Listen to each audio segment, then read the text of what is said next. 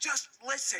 I think traveling back in time may have caused a butterfly effect. The androids that kill you in the future could still appear. I don't give a shit about butterflies. Dragon Ball Super Episode 49 introduced two major story elements into the Dragon Ball universe, especially when it comes to the concept of time.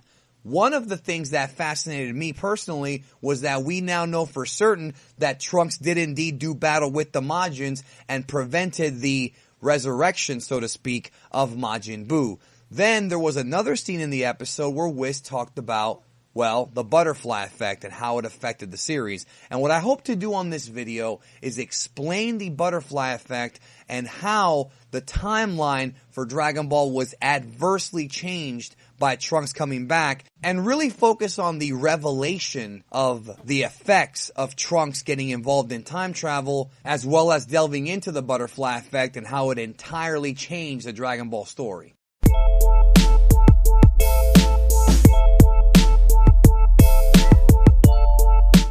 Future Trunks' changes to the Dragon Ball timeline are even more drastic than we thought.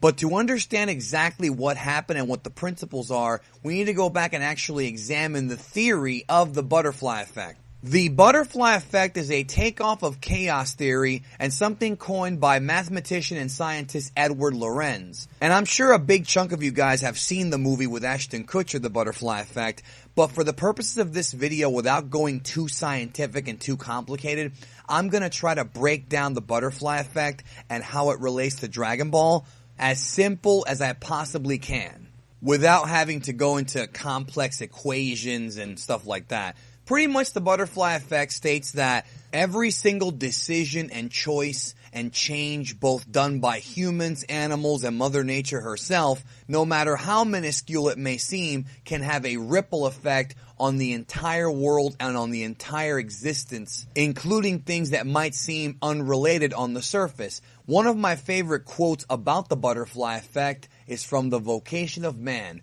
You could not remove a single grain of sand from its place without thereby changing something throughout all parts of the immeasurable whole. This theory is used constantly in fictional time travel stories. Somewhere in the past, the timeline skewed into this tangent, creating an alternate 1985.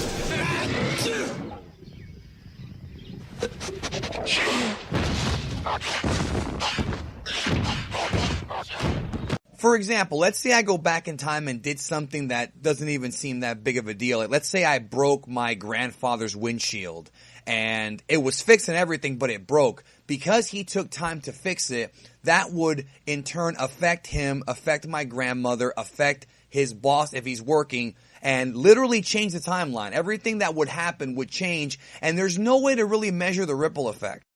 When it comes to Dragon Ball specifically, it all goes back to Trunks and Goku and the changing of the timeline. So now, with Dragon Ball Super, we have some new information to digest.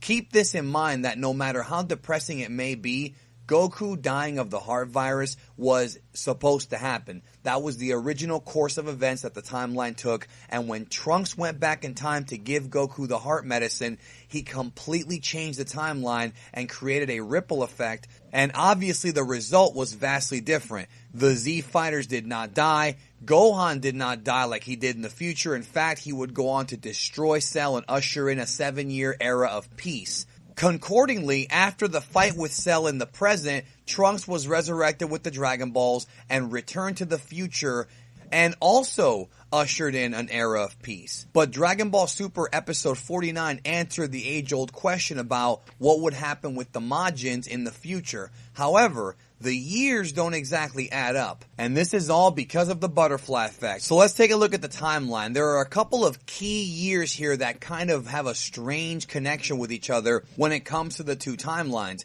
First of all, age 767. In Trunks' future, this is when all the Z Fighters were killed. However, in the present, Gohan would kill Cell and 17 and 18 would become good. Staying with the present timeline, in the coming years we'd have the Buu Saga, the Battle of Gods, and Resurrection F stories, which would approximately lead us to age 780. Age 780 in the present is when the Universe 6 tournament and the Future Trunks arc take place. Now, coincidentally enough, age 780 of the future timeline is a very important year because that's when future Gohan was killed by future androids 17 and 18. And I'm sure, as most of you know, at least those of you who have seen the History of Trunks TV special, 3 years went by, age 783 of the future happened, Trunks lost to the future androids, went back in time to make contact with Goku.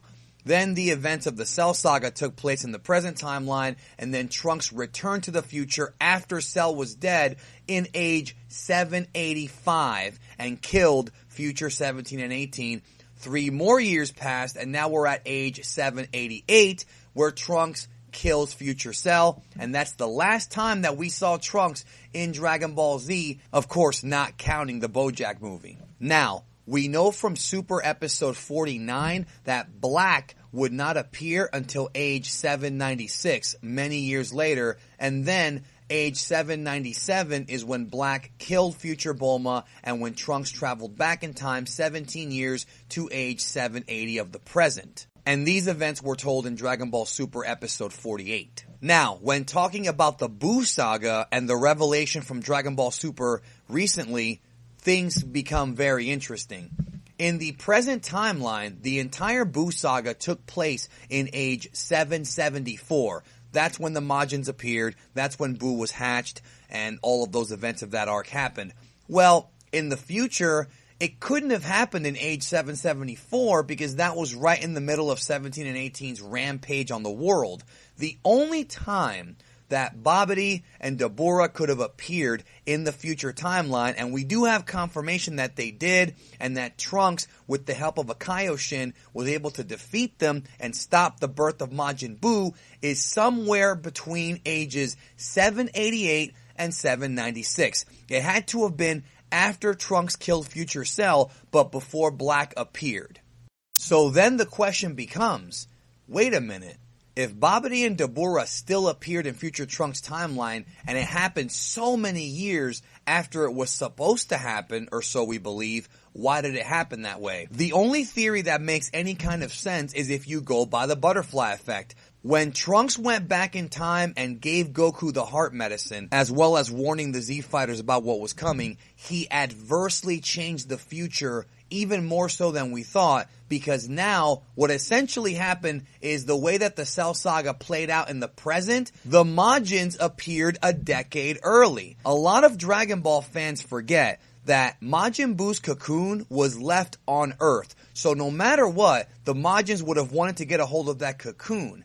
But in the future, they didn't show up until well over a decade after they did in the present. And I'm of the belief that this is all because of the butterfly effect. For years, I heard a lot of fans state that the Gohan versus Cell fight and the energy that they put out is what alerted Babidi that there was a possibility of resurrecting Majin Buu. And now, with this new information that we have from Dragon Ball Super and the fact that the Buu Saga took place way after it was supposed to in Trunks' future, there is actually some merit to this. Perhaps Babidi sensing Gohan versus Cell, which never happened in the future, and that kind of energy triggered him to come sooner than he was supposed to. And thus, Trunks going back in time and fucking with the timeline actually caused Babidi to appear a decade early. And thus, screwing around with the timeline caused a ripple effect that even Trunks himself probably had no idea that he caused. And even though time travel stories don't make any sense, and Dragon Ball's time travel certainly is